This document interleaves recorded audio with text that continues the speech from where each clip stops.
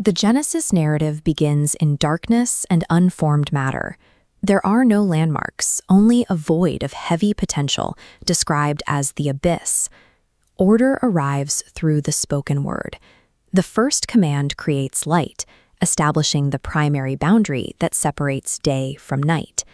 This chart tracks the world's sorting through binary divisions, separating waters from sky and land from sea. Each environment is then populated. Every creature is generated according to its kind, filling the taxonomy chart with perfectly balanced, distinct nodes. By the sixth day, the formless chaos is processed into a system of rigid categories. Creation, in this context, is the act of imposing boundaries to prevent the universe from sliding back into the void.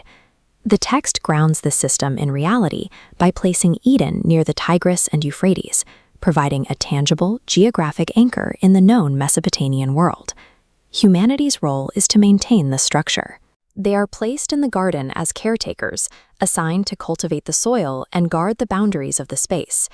At this stage, the human relationship with the environment is one of complete harmony. They are naked, fully exposed, yet lack any concept of shame. The integrity of the entire system rests on a single prohibition. They must not eat from the tree of the knowledge of good and evil. This restriction is the lone point of failure for the order God has spoken into existence. The first threat to this order comes from a resident of the garden. The serpent is introduced as the most cunning of the wild animals, characterized by its ability to manipulate the system's logic. It targets the divine boundary by planting a question. By asking, "Did God really say you must not eat from any tree in the garden?" It introduces the possibility that the established order is arbitrary or deceptive. The woman begins to re-examine the forbidden tree. She shifts from seeing it as a lethal boundary to seeing it as a desirable source of wisdom and a visual delight. Both the woman and the man willfully eat the fruit.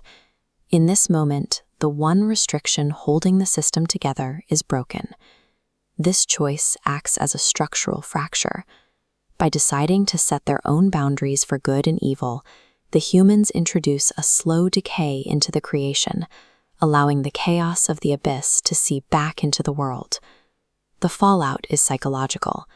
Their innocence vanishes, replaced by a sudden awareness of their nakedness. They sew fig leaves together, and for the first time hide from God among the trees. The fracture extends to the ground itself. God declares the earth cursed. The labor of cultivation, once harmonious, becomes a struggle against thorns and thistles. Mortality enters the biological system. The decree is clear. Humanity will work until they return to the ground, decomposing into the dust from which they were first formed. The humans are driven eastward, away from the Arden center.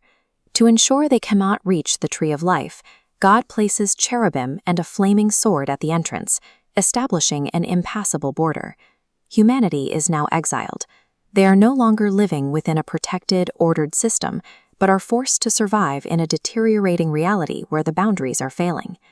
Outside the garden, the decay continues in the next generation. Adam and Eve have two sons, Cain, a farmer, and Abel, a shepherd. Both brothers bring offerings to God, attempting to maintain a connection to the divine presence that their parents lost. The results are asymmetrical. God accepts Abel's offering, but rejects Cain's. This rejection causes Cain's composure to fail, replaced by a growing internal resentment. God warns Cain that his anger has invited a predator to his door. He describes sin as an animal crouching and waiting for the opportunity to overcome him. The corruption has mutated.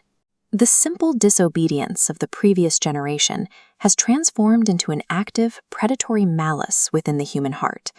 Cain gives in to the predator.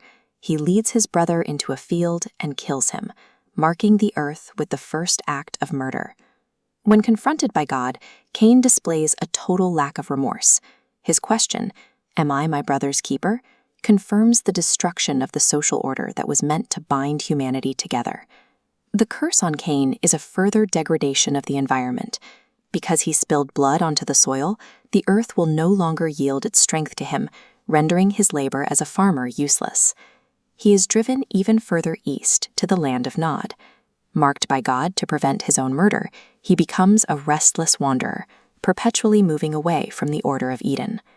The arc of Genesis is a rapid descent. In just 4 chapters, the exercise of free will has transformed a meticulously categorized world of light and life into a blood-soaked wasteland of wandering and decay.